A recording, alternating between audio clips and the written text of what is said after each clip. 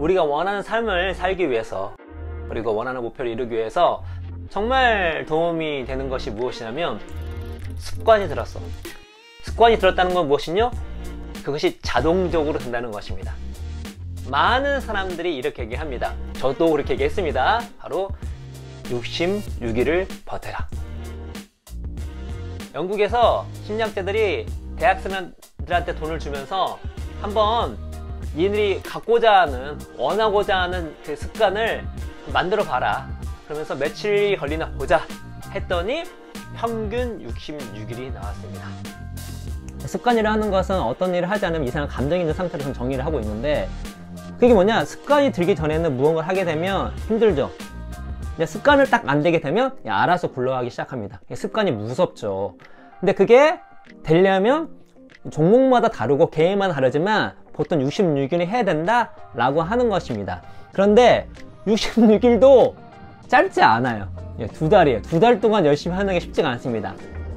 저희 66 챌린지를 보시면 66 챌린지가 습관을 만드는 거를 도와주는 그러한 도구인데, 저희 이제 66 챌린지에서는 11일로 또 나눠요, 이거를. 그러니까 66일을 6으로 나눈 게 11이잖아요.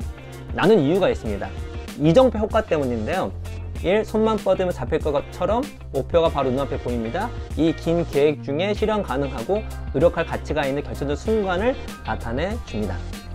66일 좋아, 인생 뭐 2달이면 해볼 수 있을 것 같지만 또 막상 하게 되면 짧은 시간은 아닙니다.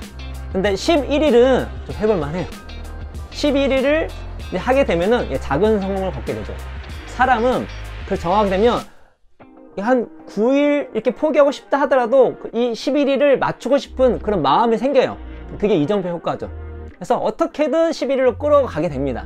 어느 정도 뿌듯한 마음, 작은 성공을 거두면서 66일을 이제 완주할 수 있게끔 만들어주는 것인데, 매일 하면 좋겠지만 어떻다? 66 챌린지에서 얘기했던 것처럼 이정표 효과 11일만 먼저 한번 해봤으면 좋겠다는 생각이 듭니다. 습관이라는 다큐멘터리는 지금도 보시면 되게 좋을 거예요. 되게 명 다큐멘터리인데, 그 수소문을 해가지고 좀 자기 습관 바꾸고 싶다 하는 사람 모아요. 근데 저한테 되게 충격적인 한 분이 계셨어요. 뭘 바꾸고 싶습니까? 했더니 자기 방이 너무 지저분하대요. 일단은 침대랑 책상이 기능이 안 돼. 기능이 사라졌어요. 의자 앉아서 공부를 할 수가 없어. 야, 진짜 저거 바꿀 수 있을까?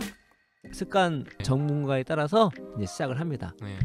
이 여대생이 이제 성공을 해요. 봤더니 집안이 엄청 깨끗해진 거야. 그리고 이제는 이게 너무나 새롭다는 거예요. 여대생한테 인터뷰를 해요.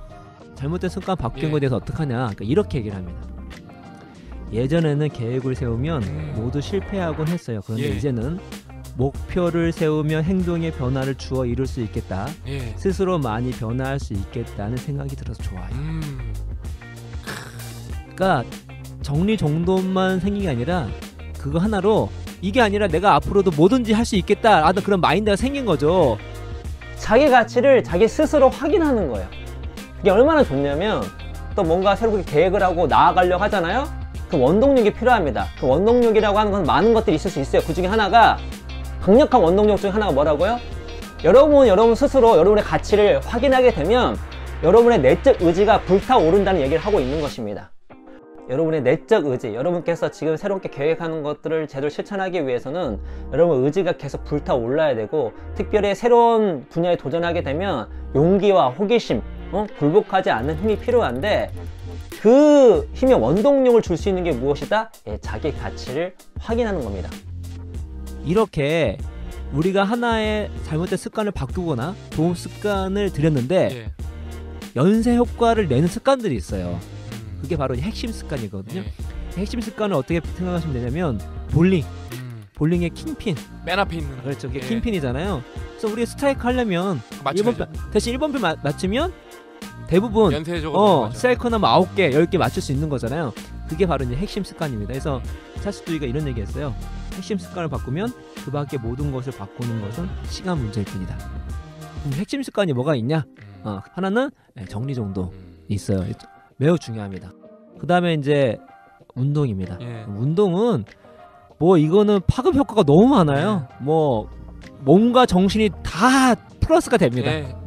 때문에 운동을 수치적으로 하는 것만큼 정말 삶의 전반적으로 바뀔 수 있는 게 없고 예. 청소 아니면 뭐 운동 예. 딱 하나만 잡고 한번 해보십시오. 습관은 66일 예. 동안 쭉 해보시면 그걸 통해서 변화가 가능하구나 시너지가 나는 거죠. 킹핀을 엎어뜨렸더니 이제 2번, 3번 핀, 4, 5번 핀 나중에 스트라이크까지 갈 수가 있는 거니까. 예. 66일은 이게 어떤 이제 심리학 실험에서 나와갖고 예전부터 나온 이건 띠울이에요. 여러분 66 챌린지를 끝내고 나면은 여러분 다 이제 습관이 생길까요? 이제 결론부터 말씀드리면은 정도의 차이는 있겠지만 습관이 어느 정도 됩니다. 근데 그 띠오리가 나왔지만 뭐 생각보다 많은 사람들이 습관을 못 만들잖아요. 결국에 핵심은 그게 얼마나 이제 지속 가능하냐가 핵심인데 이제 생각보다 많은 분들이 어느 정도 지속이 되다가 습관이 사라질 확률이 높습니다. 이제 그럼 어떤 분들은 이게 계속되고 어떤 분들은 이게 습관이 사라질까요? 저는 그 이유 중에 하나가 그 1%의 동기 99%의 노력과 1%의 동기로 이루어진 것 같습니다. 그냥 여러분이 만약에 이거를 억지로 막 내가 66일만 버티면 뭐가 되겠지 그러면은 잠깐 습관이 됐다가 이게 휘발될 확률이 높습니다. 그다음에 이제 1차 일정에서 우리가 중요시 생각하는 게 뭐죠? 이제 즐거움, 의미, 성장이죠. 생각해보세요. 여러분이 66일 동안 뭘 하는데 재밌어요. 그럼 이게 습관이 안 될 수가 없어요.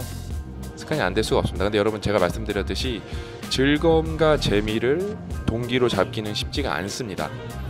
그래서 결국에는 의미 성장을 여러분이 되게 진지하게 고찰해 보셔야 돼요.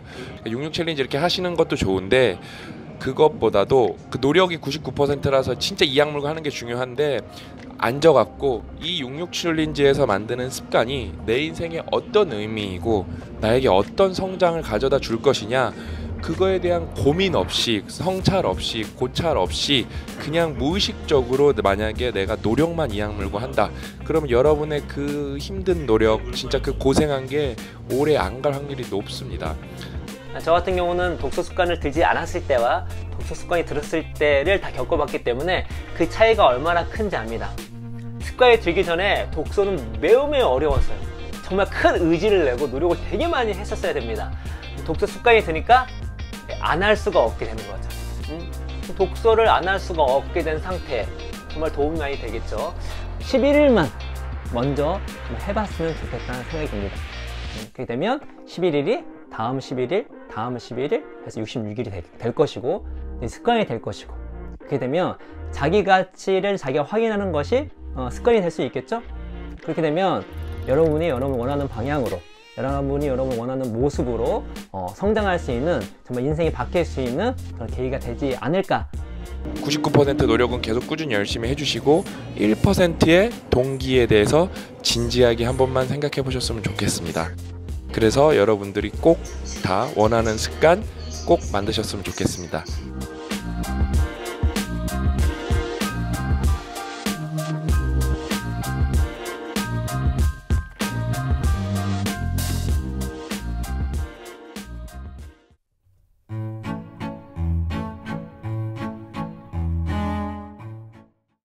여러분, 시작은 반이라는 말에 절대 속으면 안 됩니다. 시작은 그저 시작일 뿐입니다. 물론 시작이 반인 분들이 계세요. 어떤 분들이냐면 완전한 무기력에 빠져서 어떤 시도조차 못하는 분들에게는 시작은 반의 의미가 있습니다. 그러나 대부분의 사람들에게는 시작은 그저 시작일 뿐이고 솔직하게 가슴을 얹고 우리가 생각을 해봅시다. 여러분 무언가를 시작하는 게 어렵습니까? 새해 시작하면서 무언가를 시작한 게 많지 않으신가요? 뭐 운동을 하겠다, 뭐 공부를 하겠다, 영어를 하겠다, 독서를 하겠다, 또 새로운 뭐 취미생활을 갖겠다, 뭐 등등등 우리는 많은 시작을 했을 것입니다. 제 인생을 보더라도 무언가를 시작하는 거는 어렵지 않았던 것 같아요.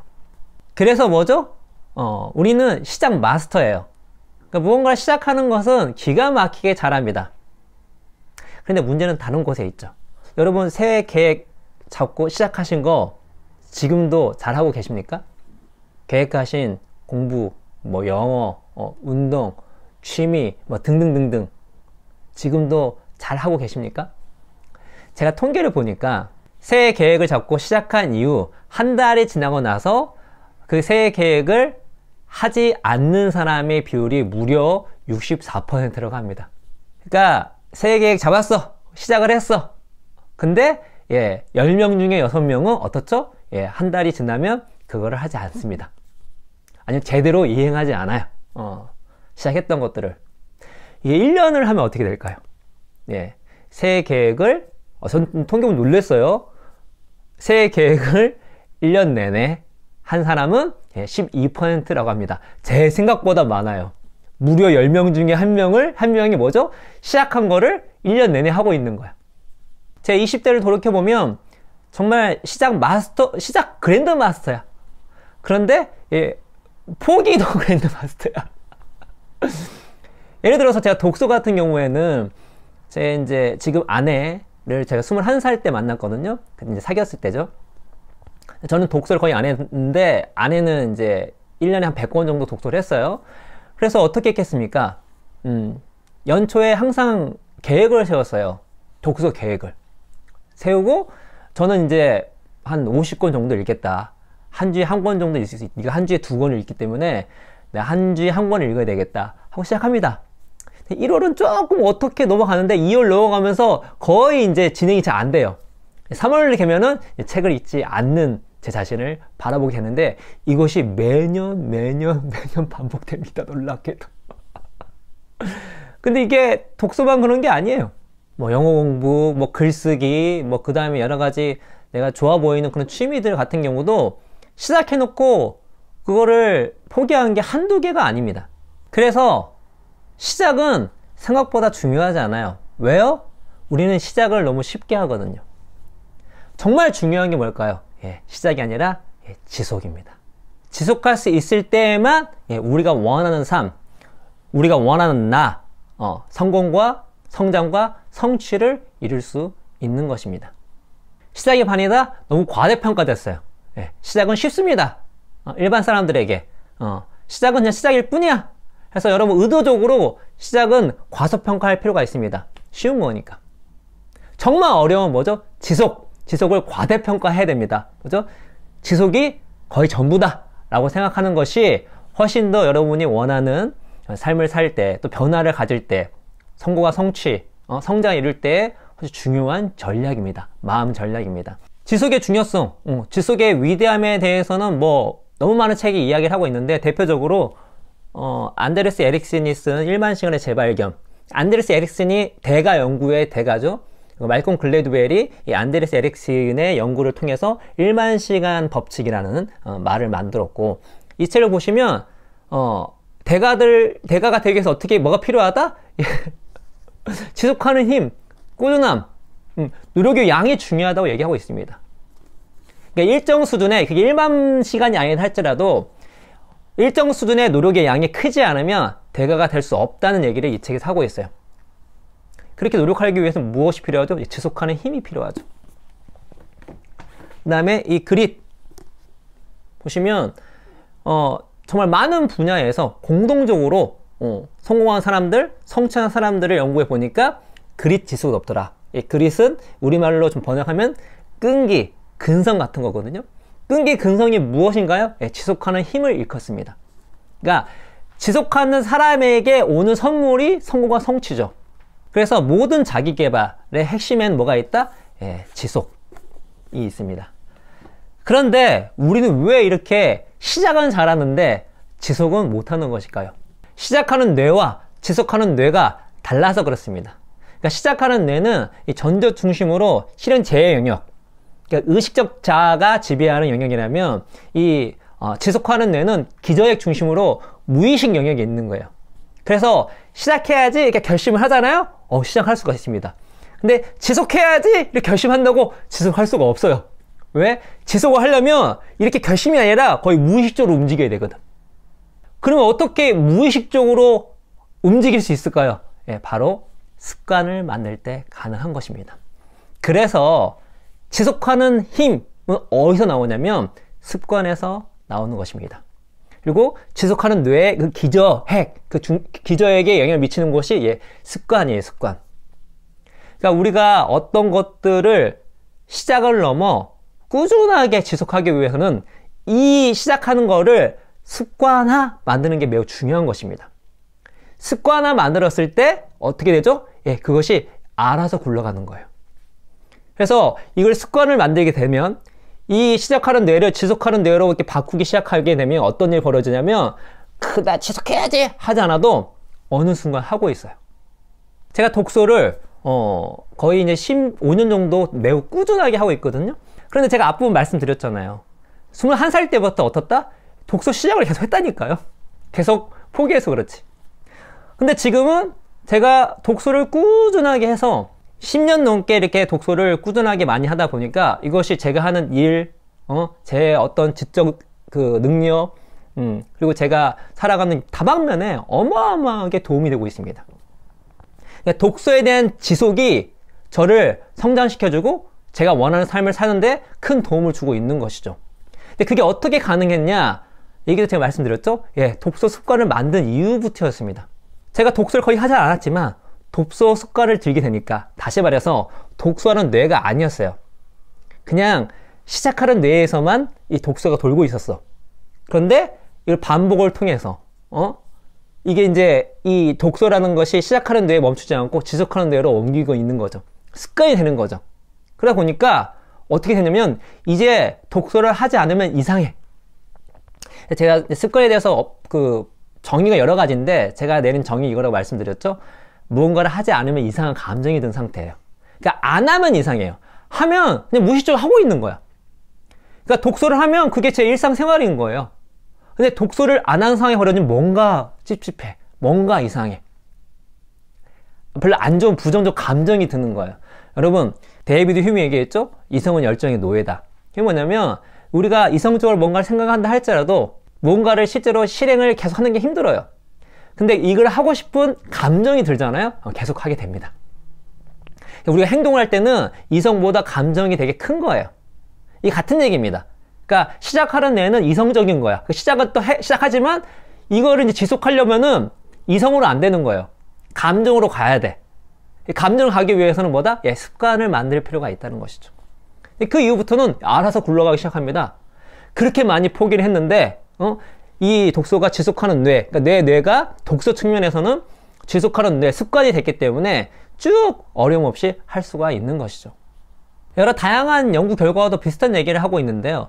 뭐 그게 운동이든 다이어트든 뭐 공부든 뭐 영어든 뭐 여러 취미든 등등 여러 가지 상관없이 끝까지 지속을 한 사람들은 누구다? 예, 그 분야의 습관을 만든 사람이에요. 그런 사람만이 끝까지 제대로 해낼 수 있습니다. 그러니까 엄청 큰 동기부여를 받던가 이것이 얼마나 유익한 건지를 알고 있던가 의미를 파악하거나 그런 것들은 생각보다 힘을 못 발휘했어요. 예, 습관이 든 사람이 지속할 수 있었다라는 것이죠. 그런데 여기서 또 하나의 문제가 생깁니다. 그러면 뭐 동기부여나 뭐 의미를 찾거나 뭐 그런 건 의미가 없는 것이냐? 그렇지가 않아요. 왜요? 그 습관을 만드는 게 쉽지가 않거든요. 습관을 만드는 것도 쉽지가 않아요. 결국 습관 자체가 뭔가를 지속하는 거니까. 그러니까 습관을 만들면 지속에 힘이 붙지만 습관 자체도 뭔가 반복을 하는 거잖아요. 그래서 이 습관을 만들 때 이 동기랄지 또 용이성, 이걸 했을 때 얼마나 쉽게 할 수 있는 거랄지 어떤 환경에 처한 걸지 아니면 행동 계계 법칙, 뭔가를 쓴다 할지 다양한 어떤 기법들이 동원되어야지만 습관을 만들 수 있다는 것입니다. 자, 정리를 해보죠. 시작은 반이다. 이 말은 매우 과대평가되어 있는 말이다. 시작은 그저 시작일 뿐이다 라고 생각하는 것이 여러분이 원하는 삶을 사는데, 여러분이 원하는 내가 되는데 큰 도움이 된다. 시작은 아무것도 아니다. 왜? 우린 시작을 기가 막히게 잘하니까. 뭐가 중요하냐? 지속하는 것이 압도적으로 중요하다. 안드레스 엑슨이 1만 시간의 재발견을 얘기했던 것처럼 대가들, 마스터가 되기 위해서는 지속하는 것이 중요하다. 지속하는 힘이 중요하다. 그릿에 나온 내용 뭐죠? 어떤 분야이든 간에 성공을 사는데 공통된 특징이 뭐다? 그릿 지수가 높다. 끈기, 근성이 높다. 그 말은 지속하는 힘을 갖고 있는 사람들이다. 어떻게 지속할 수 있는가? 지속을 하기 위해서는 습관을 만들어야 한다. 왜? 지속하는 뇌와 시작하는 뇌가 다르니까. 결심한다고 지속되는 것이 아니다. 습관화 시켜서 자동으로 움직이게 만들어야지만 지속할 수가 있는 것이다. 위대함은 지속함에서 나온다. 성공과 성취와 성장 또한 지속함에서 나온다. 그 지속함은 어디서 나오는가? 바로 습관에서 나오는 것입니다. 그래서 여러분, 습관은 복리와 같습니다. 본인이 어떻죠? 처음에 별거 아닌 것 같아요. 그런데 어느 순간 쫙 올라가서 어느 순간 임계점, 티핑 포인트를 맞이하게 되면은 예상치 못한 순간에 여러분에게 엄청난 일, 위대한 일, 여러분이 원하는 그런 일이 벌어질 수 있다는 거 잊지 마시고, 우리 구독자 여러분들 습관을 통해서 지속하는 힘을 기르시고 지속함을 통해서 여러분이 원하는 성장과 성공을 이루시길 바라면서 오늘 이야기는 이것으로 마치도록 하겠습니다. 여러분 감사합니다.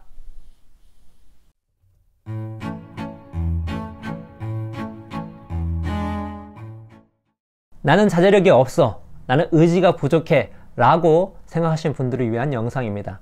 일단 자제력은 우리 인생에서 매우 중요합니다. 3명의 유명한 심리학자가 자제력 자기평가를 중심으로 추적 연구를 했는데, 역시나 자제력이 높은 사람이 학업 성적도 높게 나왔고요, 뭐 대인관계나 연인관계도 훨씬 원만했고 상대적으로 더 건강했으며 소득도 높게 나왔습니다. 자제력에 큰 힘이 있는 것이죠.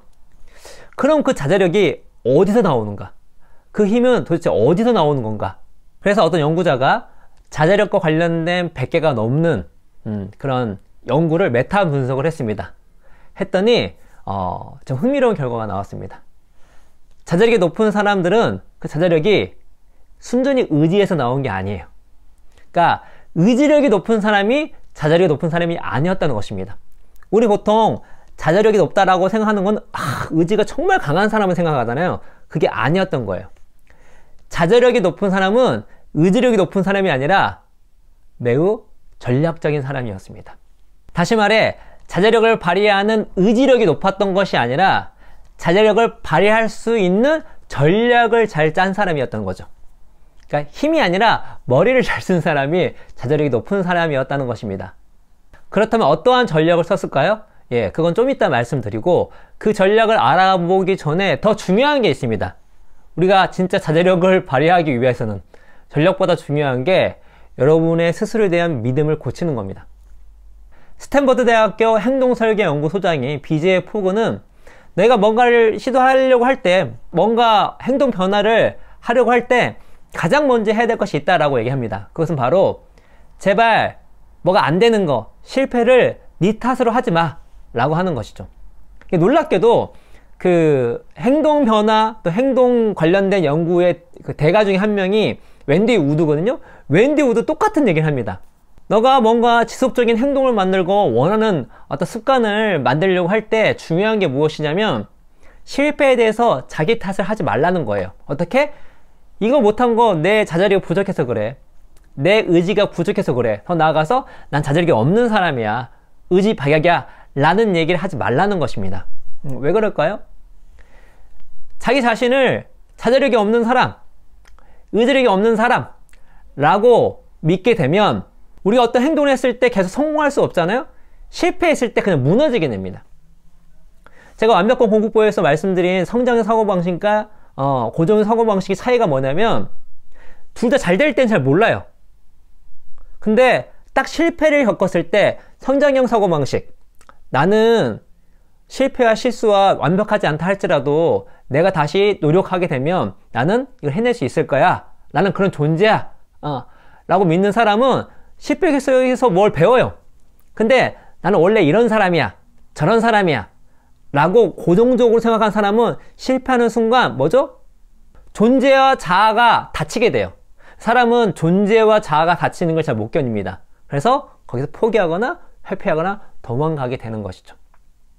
그래서 실패를 자기 탓, 특히 내 자제력이 없는 탓을 하게 되는 순간 시행착오를 이겨내지 못하는 거예요. 그냥 무너지게 되는 것입니다. 그래서 제가 난 자제력이 없어, 의지가 부족해 라고 생각하신 분들에게 첫 번째로 바라는 건 뭐냐면, 나는 그런 사람이야 라는 생각을 버리시라는 거예요. 그래서 제가 앞부분에 연구를 얘기한 겁니다. 뭐죠? 자제력이 높은 사람들은요, 의지력이 높은 사람이 거의 없어요. 분명 있을 거예요. 우리가 독종이라 하죠. 독한 사람들. 그거 있습니다. 그러나 그런 사람은 소수예요. 대부분의 자제력이 높은 사람은 의지력이 높은 것이 아니라 전략적인 사람입니다. 자제력을 발휘할 수밖에 없는 환경 설정을 하는 사람이에요. 그렇게 세팅을 하는 사람입니다. 그래서 그런 세팅 방법을 배우고 실천하게 되면 정말 자제력이 높은 사람이 되는 거죠. 그렇죠? 그래서 이 자제력은 나한테 달려있는 게 아니라 내가 어떻게 주변 환경을, 상황을, 맥락을 세팅하는가, 어떤 전략을 짜는가에 따라서 달라질 수 있다는 것입니다. 그런 전략은 우리가 다양한 책에서 배울 수가 있는데, 예를 들어서 앞번에 말씀드린 BJ의 포구는 뭐라고 얘기하냐면, 행동은 동기와 능력과 자극의 함수관계다라고 얘기합니다. 이런 거예요. 동기부여가 높을수록, 그리고 능력, 뭔가 하기 쉬울수록, 자극, 그러니까 뭔가를 행동 촉발시키는 신호가 많을수록 우리는 행동할 확률이 높다라는 것이죠. 그래서 여러분께서 어떤 좋은 습관, 좋은 행동을 유발하고 싶다면 어떻게 하죠? 동기부여를 높이고 그거를 쉽게 만들고 신호가 많은 그러한 상황이나 환경이나 전략을 세팅하면 되는 것입니다. 반대로 우리가 안 좋은 행동을 하기 싫어. 그걸 끊고 싶어. 안 좋은 습관이야. 뭐 중독이야. 끊고 싶어. 그럼 어떻게 하죠? 예. 동기부여를 낮추고 능력을 어렵게 만들고, 그러니까 우리 능력 수준을 높게 만들고 신호를 차단한다. 이렇게 환경을 세팅하게 되면 그 행동을 하지 않을 확률이 높다는 것이죠. 행동과학에서 정말 자주 얘기하는 것 중에 하나가 작은 계획을 세워서 작은 성공을 맛봐라 라는 게 있습니다. 자, 작은 계획을 세워서 작은 성공을 맛봐. 계획을 짧게 잘라가지고 정말 하기 쉽게 만들었어. 그게 뭐죠? BJ 포구 이론에 의하면 어떤 행동은 동기와 능력과 자극의 함수관계인데, 능력을 용이하게 만든 거예요. 왜? 계획을 세분화 시켰으니까 하기가 쉬운 거죠. 그러니까 행동을 하게 됩니다. 행동을 하게 되면 그걸 성취를 하게 되죠. 그럼 작은 성공을 맛봐요. 작은 성공을 맛보면 그 자체가 동기부여가 될 수가 있는 것이죠. 이걸 반복을 합니다. 반복하면 어떻게 되죠? 예, 더 쉬워지죠. 예, 반복한다는 것은 습관화를 만들고 있다는 거고, 습관화를 만들고 있다는 것은 자동 모드로 가는 겁니다. 자동 모드로. 그러니까 의지가 거의 없어도 막 하고 있는 거예요. 하고 있는 거예요. 그러면 이게 또 너무 쉬워지면 또 지루할 수 있는 거죠. 그때 약간의 계획의 수준을, 행동의 수준을 높이는 거예요. 그런 식으로 하게 되면 내가 변화하는 게 보이게 되고, 변화하는 게 보이게 되면 더 동기부여도 받게 되고, 이런 메커니즘에서 나오는 겁니다.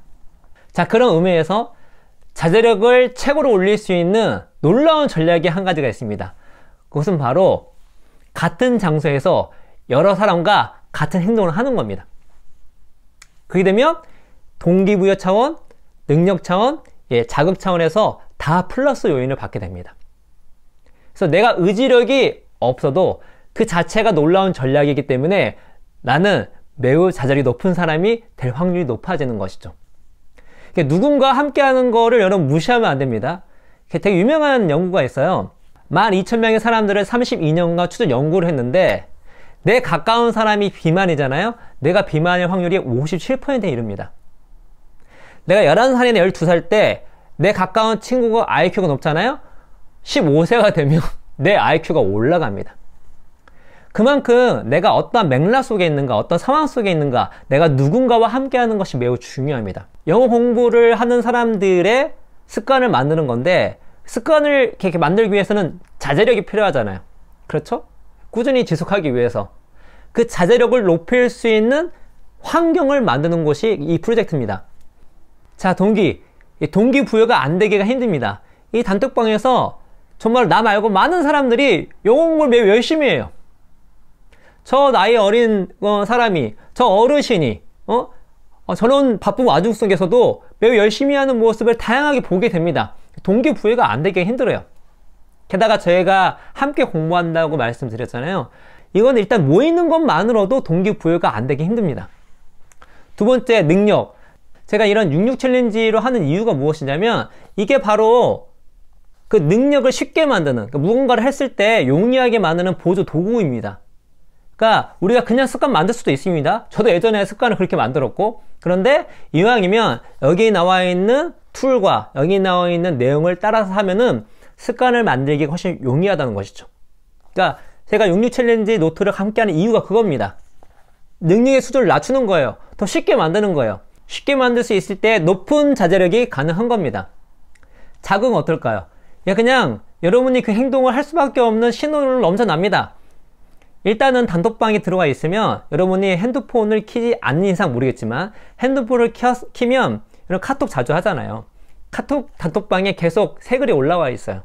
아, 많은 사람들이 지금 열심히 하고 있구나. 그 자체가 신호가 됩니다. 또 들어오게 되면 모든 것이 신호죠.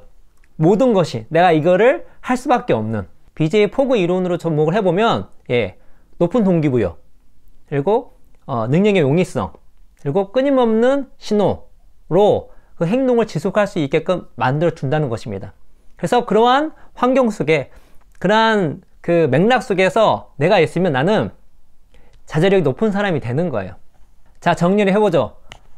나는 자제력이 없어서 실패를 했어 라고 생각하시는 분들은 의지가 없어서 실패한 게 아니에요. 전략 부재로 실패한 것이죠. 그래서 일단 자기 탓을 하지 말아야 돼요. 그리고 고정형 사고방식을 버리셔야 됩니다. 나는 원래부터 애초부터 자제력이 없는 사람. 전략을 배우면 되는 겁니다.